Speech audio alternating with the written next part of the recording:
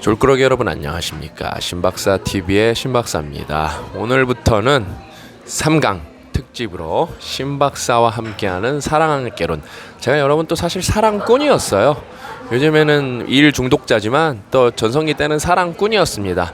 또 제가 사랑에 관해서 야부리 털 게 많아요.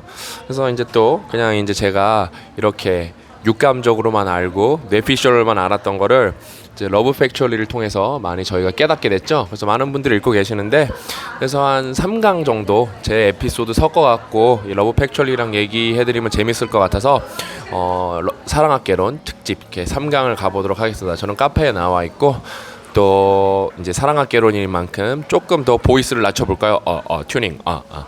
여러분, 사랑학개론 신박사와 함께하는 사랑학개론 따뜻한 목소리 ASMR 사랑학개론 3강 지금부터 들어가 보도록 하겠습니다. 이제 첫 강은 100대 100 제목이 나왔죠. 100대 100 미팅에서 우승한 썰 그리고 진짜 사랑입니다.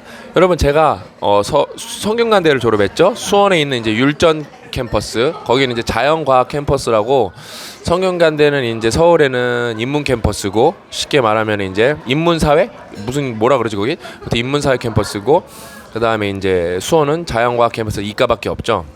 그래서 이과밖에 없어갖고 늑대랑 호랑이 뭐 이런 수컷들만 득실득실합니다. 남초학교 1일 거예요 아마. 공대 완전 남자 대학교예요, 남자 대학교.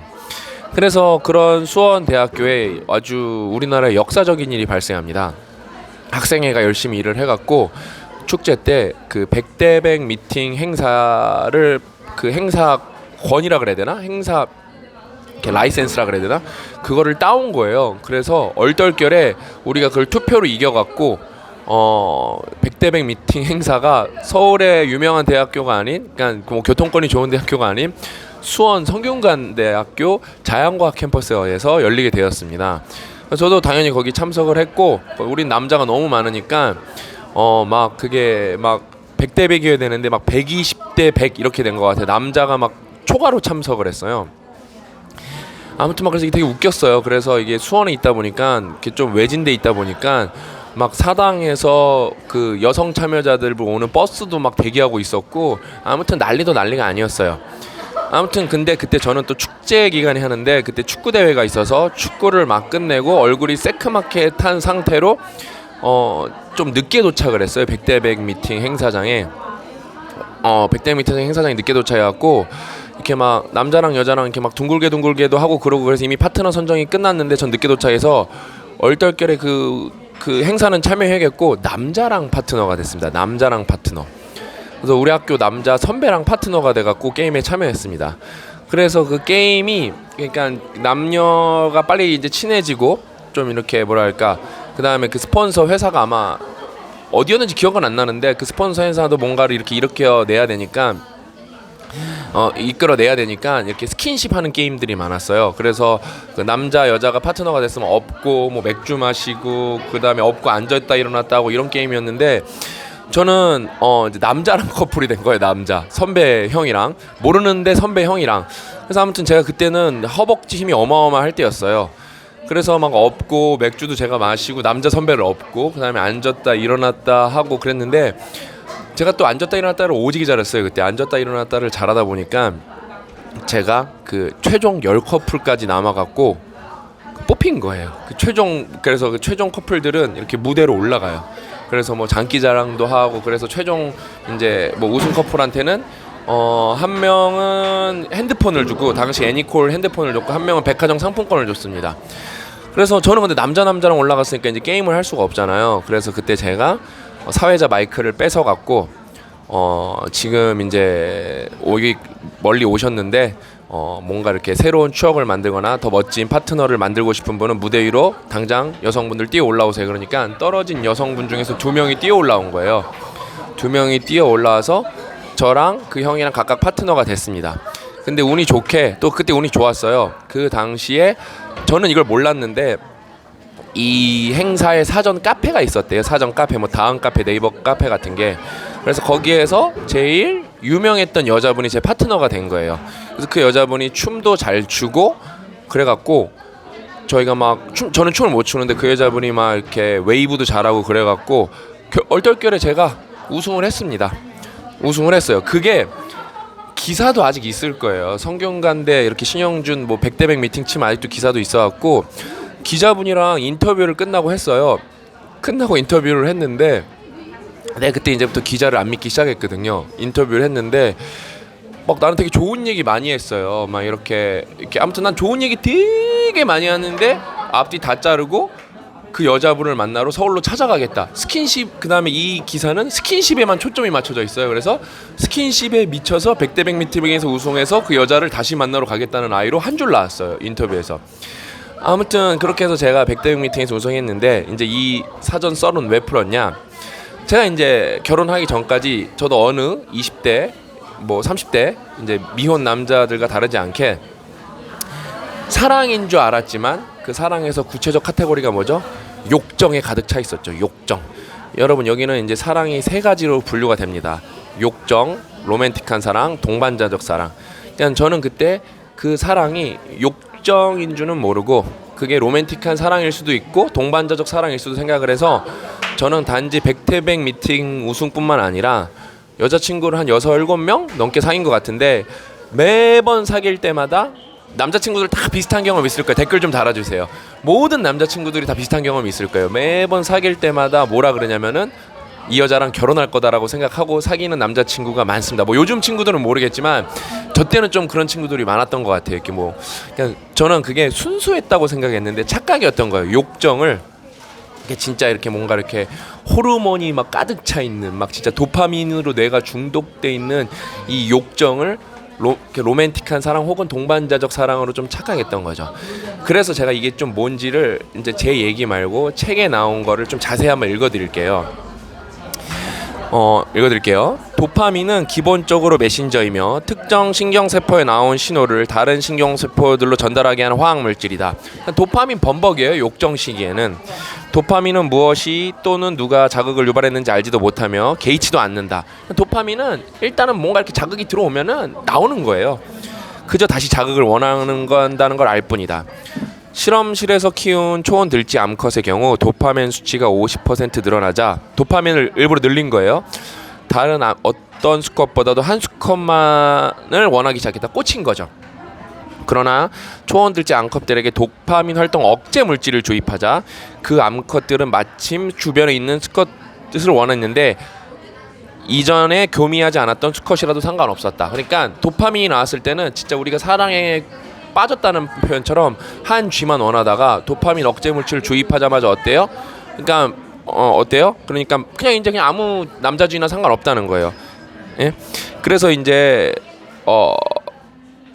마찬가지로 전기의 자극을 받기 위해 반복해서 계속 레버를 눌러내던 쥐들 역시 도파민 억제제를 주입하자 레버에 흥미를 잃었다. 그러니까 뇌에다 쥐 뇌에다가 전기 심을 받고 철심을 받고 전기를 가하면은 흥분을 하게 하는 이렇게 레버를 만들었는데 그거를 막 누르니까 어때요? 도파민이 계속 나오니까 도파민 중독이 돼서 쥐가 막 미친 듯이 그 레버를 누른 거예요. 근데 억제제를 누르니까 어때요? 흥미를 잃게 되는 거죠. 도파민이 없어지니까. 그러니까 내 의지랑 상관없이 도파민이라는 게 없어져서 레버 누르는 걸 멈췄다는 거예요. 인간에 대한 연구에서도 뇌의 특정 부위에 전기 자극이 가해질 경우 아주 강한 쾌락이 느낀다는 게 밝혀졌다. 그러니까 여러분 예전에는 이렇게 윤리적 기준이 없어갖고 미친 실험들이 많았어요. 막 진짜 막 뇌에다가 철심 받고 막 이런 게 많았는데 요즘에는 이제 그런 실험 못하죠. 그 쾌락은 워낙 강해 실험실 참가자들이 그 쾌락을 성적 오르가즘에 비유할 정도였으며 일부 참가자들의 경우 실험을 이끄는 연구원들에게 강한 연애 감정 같은 걸 느낄 정도였다. 이거 충격적이잖아요, 여러분. 그러니까 이게 뭔 말이냐면은 여기 구체적인 실험 방법은 안 나왔는데 뇌 특정 부위에 전기 자극을 주니까 앞에 실험 연구원에게 사랑의 감정을 느끼기 시작한 거예요. 그러니까 여러분 그 욕정이라는 게 그렇게 무섭습니다. 이제 윤리적인 이유들 때문에 인간에 대한 이 분야의 연구는 늘 제약이 따랐는데 또 다른 연구에 따르면 우리가 사랑에 빠질 때 보상 체계가 활성화된다고 한다. 심리학자 아서 아론과 그의 동료들은 사람들의 기능성 자기공명 영상 fMRI (Functional Magnetic Resonance) 이미징으로 스캐너 안에 밀어넣은 뒤에 일반인의 사진과 몇 개월 전 사랑에 빠진 사람의 사진을 보여주었다. 그러자 사랑하는 사람의 사진을 본 순간 사람들의 뇌 안에서는 보상체계 부위가 가장 활발히 움직였는데, 우리가 약물을 할 때 가장 활발히 움직이는 부위 역시 그 부위 보상체계의 부위랑 똑같다. 그러니까 뭔 말인지 아시겠죠? 여러분 사랑할 때는 이렇게 뇌를 이미징 해보면은 어떤 특정 부위가 막 이렇게 번쩍번쩍 하는 거예요. 근데 그게 뭐예요? 그게 무슨 여기서 이제 약물이니까 마약을 먹었을 때도 똑같은 부위가 번쩍번쩍번쩍 하는 거예요. 그러니까 욕정 시기이든 사랑 시기이든 도파민 이렇게 막 보상 체계가 활발하게 도파민이 막 나오면서 막 번쩍번쩍번쩍 하는 거예요. 그러니까 똑같은 중독이라는 거예요. 예를 들어 뒤에 나오네요. 예를 들어 코카인과 암페타민을 흡입하면 보상 경로 내에 도파민 수치가 높아지는데, 사랑이랑 욕정에 빠질 경우 마취제를 맞았을 때처럼 몽롱한 느낌이 드는 것도 아마 이 때문일 것이다. 사실 사랑과 욕정이 마취제보다 훨씬 더 강력할지도 모른다. 이렇게 여러분 욕정의 힘이 무섭습니다. 중독된 뇌의 움직임을 전문으로 다루는 그러니까 심리학 박사 사라 레이볼치는 이게 나는 대박인 것 같아요. 여러분 이 문구는 꼭 기억하세요.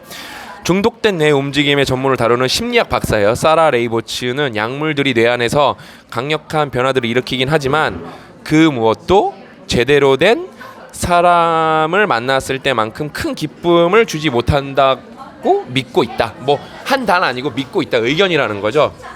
그러니까 저는 여기서 두 가지를 말씀드리고 싶어요. 두 가지.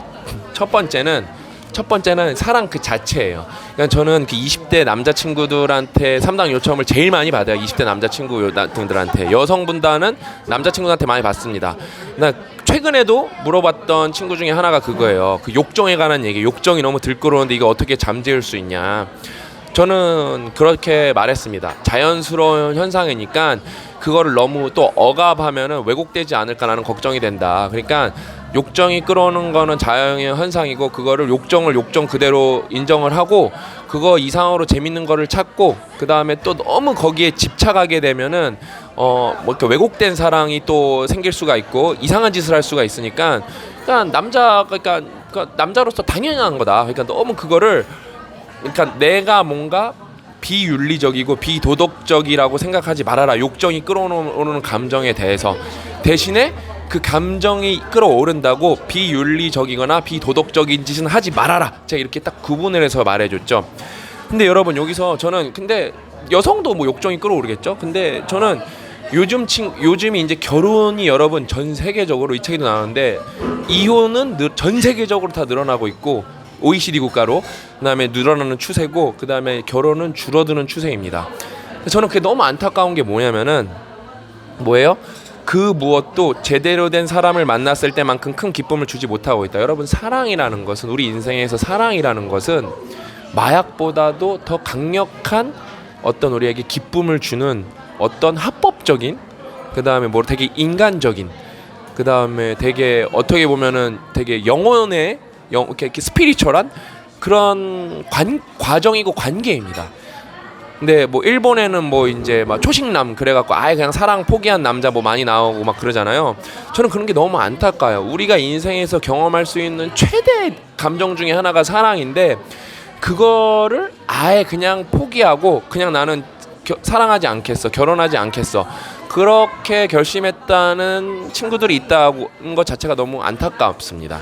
그냥 요거를 한번 보시고 진짜 나도 언젠가는 그렇게 아예 그냥 나 사랑 같은 거 안 할 거야, 결혼하는 거 안 할 거야 이렇게 마음 먹으신 분들, 왜냐면은 제 얘기가 아니라 결혼을 하는 추세가 점점 떨어지고 있어요. 그 다음에 점점 이혼도 늘어나고 있습니다. 그렇다고 하니까 그게 또 사랑은 하지만 어떤 경제적 사유 때문에 결혼을 못하는 분이 아니더라면은 그게 아니라 그 다음에 이혼에 관련해서는 3강에서 제가 되게 중요한 얘기를 또 해드릴 거예요. 아무튼 그 진짜 내가 만약에 그냥 사랑 뭐 별거 있어 나 혼자 독고다이로 행복하게 살아갈 거야 그게 더 행복해 그게 아니라니까요. 뇌 보상 체계를 연구한 거에 따르면은 진짜 사랑만큼 우리에게 강력한 어떤 기쁨을 주는 게 없다니까요. 그래서 이게 제가 말씀드리고 싶은 첫 번째이고 사랑과 결혼에서 두 번째는 뭐냐면은 욕정에서 그 다음에 로맨틱한 사랑, 동반자적 사랑으로 넘어가야 된다는 거예요. 저는 뭐 되게 합리적인 것 같고 뭐 젠틀한 것 같고 그러지만 저도 여러분 우리 와이프랑 엄청 싸웁니다. 엄청 싸워요. 엄청 진짜 자주 싸우고 하루에도 티격태격을 몇 번 합니다.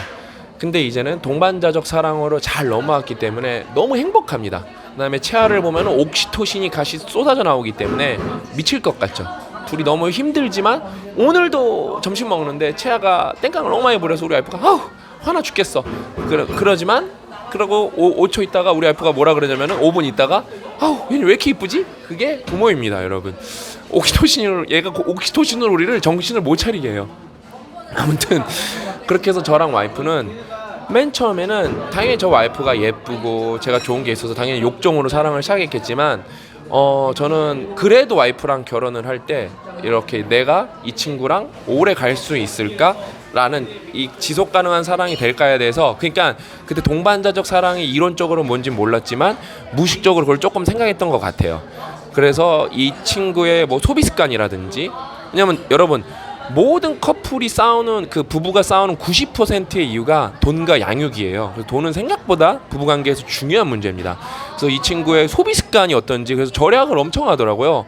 완전 절약 정도가 아니라 우리 장인어른이 뭐라 그러냐면은 그냥 불을 절대 집에 켜놓는 법이 없대요.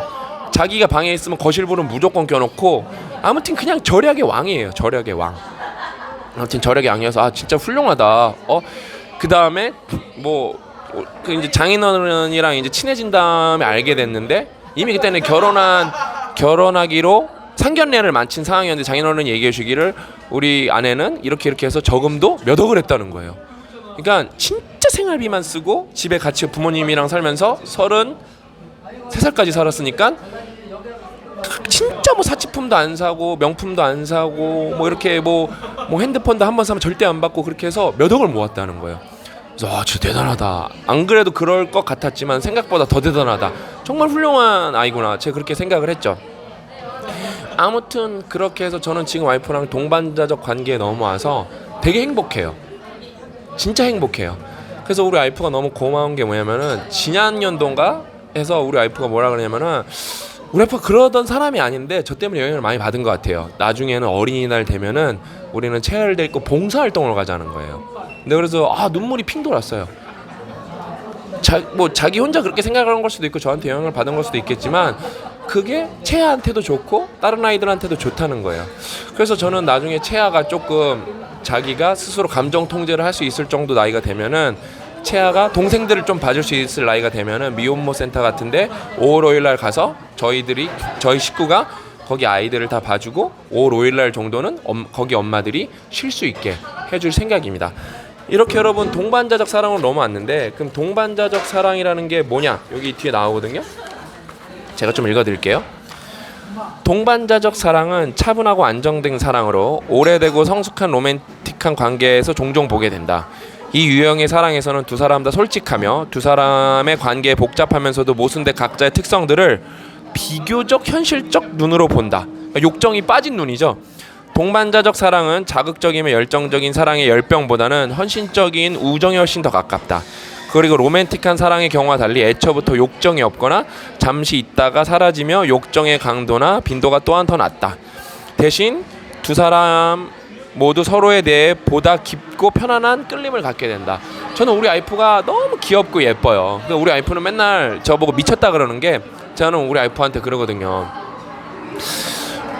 오늘 유독 이쁜 것 같은데 그게 빈말이 아니라 진짜 그렇게 보여서 그래요. 그럼 우리 와이프는 말도 안 된다는 소리 하면서 내가 화장도 안 하고 지금 이렇게 추리하게 있는데 어떻게 더 이쁘냐 하는데 진짜 이뻐 보여서 저는 오늘 유독 이쁜데 그렇게 말을 해요. 그러면서 어디 가서 우리 와이프가 먼저 기다리고 있을 때 야, 딴 남자들이 보면 번호 따로 오겠어. 너무 이쁜데 진짜 빈말이 아니라 그렇게 얘기를 해요. 진짜 그렇게 얘기를 해요. 진짜 예뻐 보여서. 그러니까 뭐라 그럴까? 그러니까 진짜로 저는 와이프가 결혼한 지 7년 차인데 2010년에 있으니까 7년 차인데 1년 차보다 더 좋아요. 더 좋아요. 근데 여러분 다시 한번 말씀드릴게요. 여전히 싸운다니까요. 그러니까 봐봐요. 여기 동반자적 사랑하면 여러분 뭐 동반자여 갖고 안 싸우는 게 아니라 뭐라고 나와. 이 책이 진짜 짱이에요. 두 사람 관계에서 복잡하면서도 모순된 각자의 특성을 비교적, 그러니까 relatively 상대적으로 현실적인 눈으로 보게 된다는 거예요. 그러니까 저는 우리 와이프가 힘들어하는 부분이 채아 양육을 하면서 힘들어하는 부분이 많은데 그거를 맨 처음에 저 이해를 못했는데 많이 이해를 하게 된 거예요. 그러니까 정말 로맨틱한 사랑을 하고 아니 로맨틱한 아니라 동반자적 사랑을 하고 있는 거죠. 말 그대로. 이 책이 여러분 너무 좋아요. 너무 과학적인 근거도 많고 인터뷰도 많고 그다음에 저를 다시 돌아보게 하고. 그래서 제가 진짜 1강에서는 여러분들한테 꼭 두 가지 말씀드리고 싶은 게, 그러니까 욕정을 모든 삭강으로 착각하지 말되 반드시 인생에서 사랑은 꼭 해봐라. 그래, 난 결혼까진 바라지도 않겠어요. 왜? 결혼 이꼴 사랑은 아니잖아요. 결혼까진 바라지도 않겠어요. 진짜 인생에서 내 뇌리에 남을 사랑을 꼭 해봐라. 두 번째, 그 사랑이 이제 결혼으로 연결됐을 때는 그거를 그 욕정에서 로맨틱한 사랑에서 동반자적 사랑으로 이렇게 순차적으로 넘어가야 되는 걸 알아야 된다라고 오늘 신 박사가 여러분들한테 잘 모르지만 그래도 아주 특이한 이력이 있는 100대100 미팅의 우승자로서 여러분들에게 조언을 드리면서 오늘 이야기는 여기로 마치겠습니다. 저는 다음 시간에 2강에서 찾아뵙겠습니다. 또 만나요.